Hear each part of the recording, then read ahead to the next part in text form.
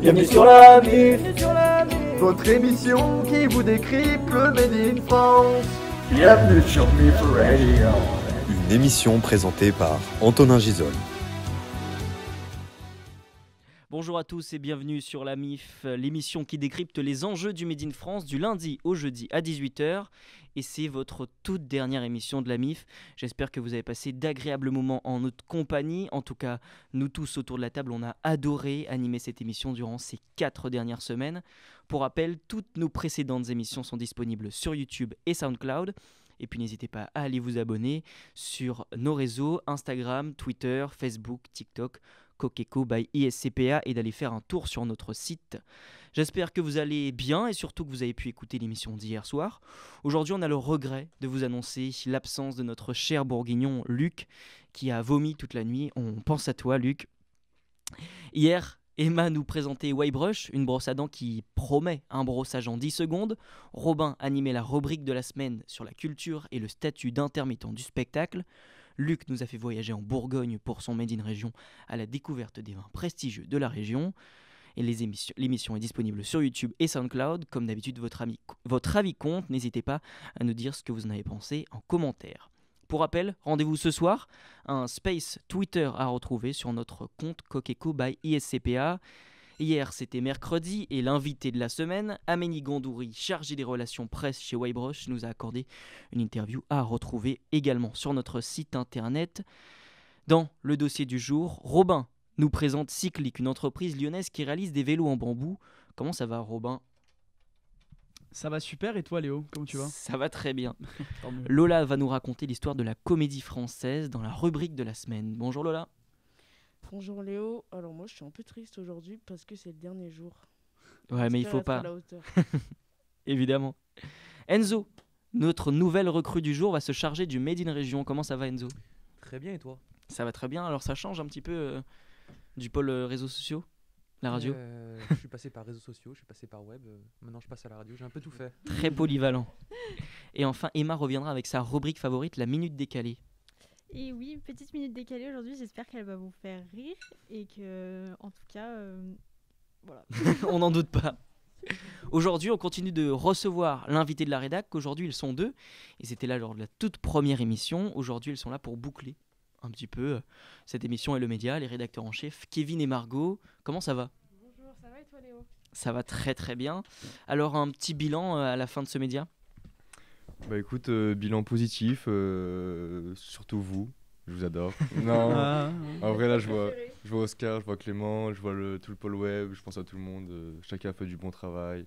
Vous aussi, voilà, votre émission elle est super, beaucoup de plaisir à vous écouter, beaucoup de plaisir à lire les articles, beaucoup de plaisir à regarder les vidéos. Je pense à Enzo pour les réseaux sociaux qui a fait du bon taf, tout le monde a fait du bon taf, on est content avec Margot. Margot, un petit mot ? Tout à fait, je ne peux pas dire mieux que Kevin, hein, il a tout dit. Bon bah super, merci beaucoup en tout cas à vous pour votre investissement aussi durant ces 4 semaines, en espérant réaliser un autre média plus tard.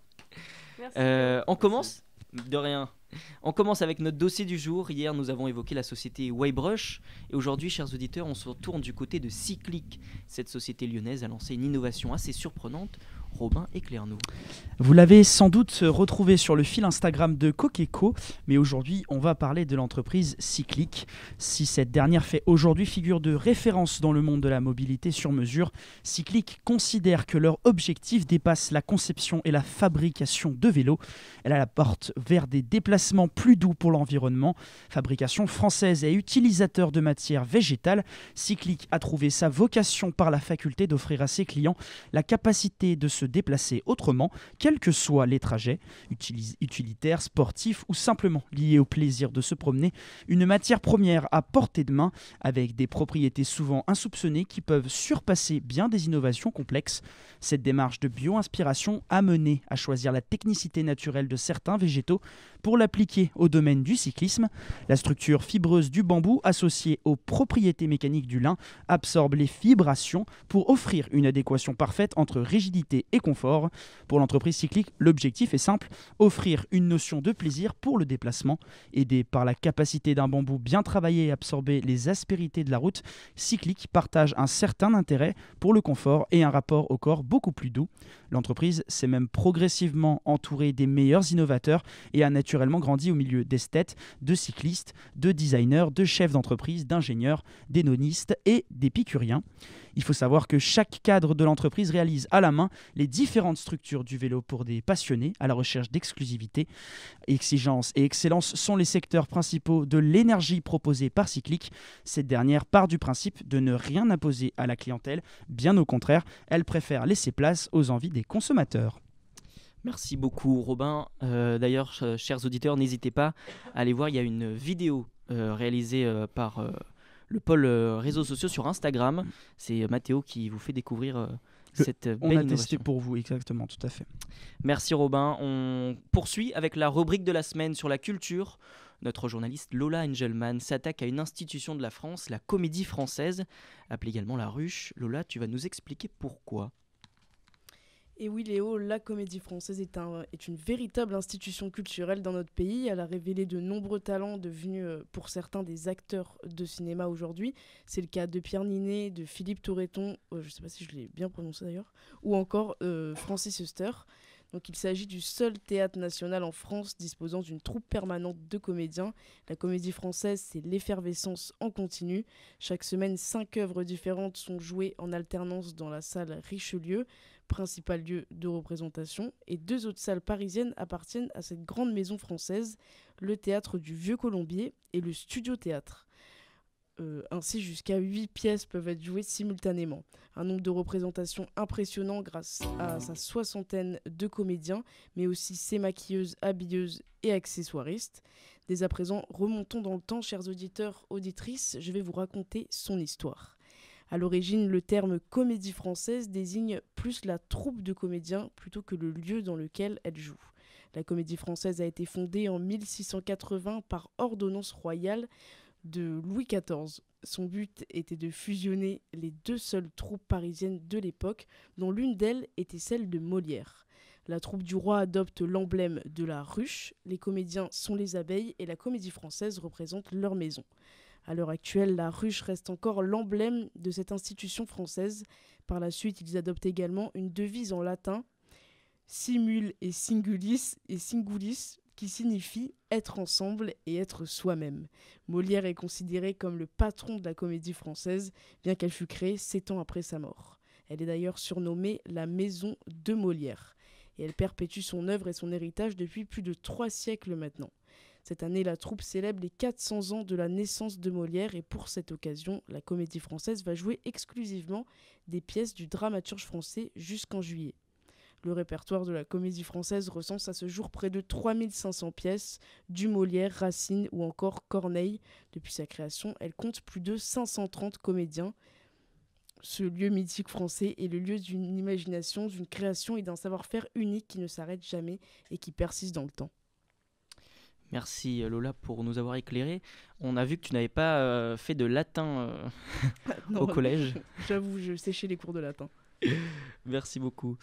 On enchaîne et vous l'attendez tous, c'est l'heure de votre chronique préférée, le Made in Region. C'est pas ça, Michel? C'est aberrant, quoi. C'est pas un mec à... C'est l'accent. Comme d'habitude, c'est de la poudre de perlimpin. Alors aujourd'hui, je vais vous parler pour ce dernier Made in Région de l'accent marseillais. Alors on a pu parler d'alcool avec la verveine du Puy-en-Velay, de Frometon avec le camembert de Normandie ou encore à la découverte du centre spatial guyanais. Nous avons constaté et décortiqué la richesse du territoire français tout au long des semaines dans ce Made in Région. Donc pour finir, comme je vous disais, je vous emmène en Provence, Alpes-Côte d'Azur, à Massilia, à Marseille, le sud, la plage, les Gonzès, vous connaissez. Si je vous dis Dégaine, Tarpin, Fada, ça vous rappelle forcément... c'est le sud, mais... Le sud. Marseille, non? Marseille bébé. Alors, chaque région de France a ses spécialités culturelles, culinaires, mais aussi linguistiques. Qui ne s'est déjà jamais retrouvé confronté à un mot ou une expression inconnue à son arrivée dans une nouvelle ville ? Ça vous est déjà arrivé ? Tout le temps. Bien sûr. Eh bien, à Marseille, ses particularités sont légion. Nul besoin de venir de l'autre bout de la planète pour être perdu dans ce flot de mots inconnus. Le parler marseillais comprend un certain nombre de spécificités phonétiques, syntaxiques et surtout lexicales. L'accent, la prononciation et les mots varient de la langue française traditionnelle. Donc, pour vous aider, je vais vous donner 3 phrases ou expressions pour vous en sortir et vous faire comprendre à Marseille. Alors, pour commencer, à Lyon, on connaît l'expression « cher » ou « cher bien ». Eh bien, à Marseille, son équivalent, c'est « tarpin ». Tarpin bien. Par exemple, pour un billet de train qui est cher, on va dire c'est tarpin cher. Voilà. Ensuite, si je vous dis le why, est-ce que vous savez ce que ça veut dire le why ? Non, aucune idée. Pas du tout, aucune idée. Alors le why, c'est alors il y a 2 types de why. Donc, quand on dit c'est le why, il y a le mauvais why, le désordre, le foutoir, c'est le bordel. Mais il y a aussi le bon why. Quand on dit c'est le why, c'est la bonne ambiance, le délire, quand les supporters de l'OM mettent l'ambiance dans les stades du Vélodrome. Et puis il y a aussi si on vous cherche des noises pour vous défendre, vous pouvez dire tiens fada, je crains des gains. Je vous prends tous ici un par un. Comme vous l'aurez compris, ça veut littéralement dire tu es un fou, je crains personne. Enfin, sinon, petit conseil, n'hésitez pas à demander la signification de tel ou tel mot, ça vaut mieux que d'avoir l'air bête et employer un mot de travers. Merci beaucoup Enzo pour nous avoir éclairé justement sur ces expressions marseillaises, c'est ça. Place au débat du jour. Emma et Lola se défient sur le tweet du président Emmanuel Macron. Je ne sais pas si vous l'avez vu autour de la table. Un post-it qui fait polémique sur lequel est inscrit en italique « Ouverture, passe culture aux 15, 16, 17 ans fait ». Emma est pour, Lola est contre. Qui commence ? Alors, je vais commencer si tu me le permets. Allez. Donc c'est parti. Alors moi personnellement, malgré la polémique que le tweet du président ait fait, je n'ai pas vraiment vu le problème. L'idée était sans doute de faire connaître et de faire parler de l'extension de l'accès au pass culture. Du coup maintenant ce dispositif crédité de 300 €, il permet aux jeunes de s'offrir des activités et des produits culturels, et donc dès 15 ans. Alors pour le coup, je trouve que c'est un coup de com' qui est assez original, c'est adapté au public sur Twitter, ça concerne les 15-18 ans. Puis s'il a fait autant de parler de lui, ce tweet, ça veut dire aussi que le coup de com' est réussi. Au moins tout le monde est au courant que maintenant le pass culturel est désormais accessible dès 15 ans. Merci Emma. À toi Lola. Alors moi de mon côté, je trouve que c'est vrai qu'en fait, ça faisait un peu comme s'il prenait le sujet à la rigolade, d'où les moqueries et l'ironie qu'il a reçu, que du coup tout le monde a repris, pour ceux qui n'ont pas vu, tout le monde a repris son tweet de post-it et en a fait, écrit des phrases un peu drôles pour se moquer du président. Et en fait, je trouve que c'est comme si les décisions dépendaient seulement d'un post-it, et pour moi, il a aussi perdu beaucoup de crédibilité là-dedans, comme si la politique ne tenait qu'à ce bout de papier entre des dossiers. Et en faisant ça, le président a vraiment fait un bad buzz, c'est le mot. Et les opposants politiques en ont d'ailleurs profité. Donc il y a Éric Zemmour, Marine Le Pen et Yannick Jadot qui ont ironisé le tweet pour se moquer de lui en l'imitant. Donc voilà, moi je trouve que c'est un coup de com' raté, qui manque un peu de respect aux citoyens et qui décrédibilise le président. Je voulais mettre ce petit son qu'on n'avait pas mis pendant les autres émissions. Merci, mesdames. Donc n'hésitez pas à nous dire, chers auditeurs, laquelle de nos 2 chroniqueuses vous a le plus convaincu et qu'en pensez-vous sur notre compte Twitter Coqueco by ISCPA. On termine, place maintenant à la minute décalée. Hier Lola s'attaquait à l'application Tinder. Aujourd'hui c'est Emma qui s'en charge. Qu'est-ce que tu nous prépares, Emma ? Je vous avoue, je suis un peu triste aujourd'hui. C'est le dernier jour de notre média Coqueco.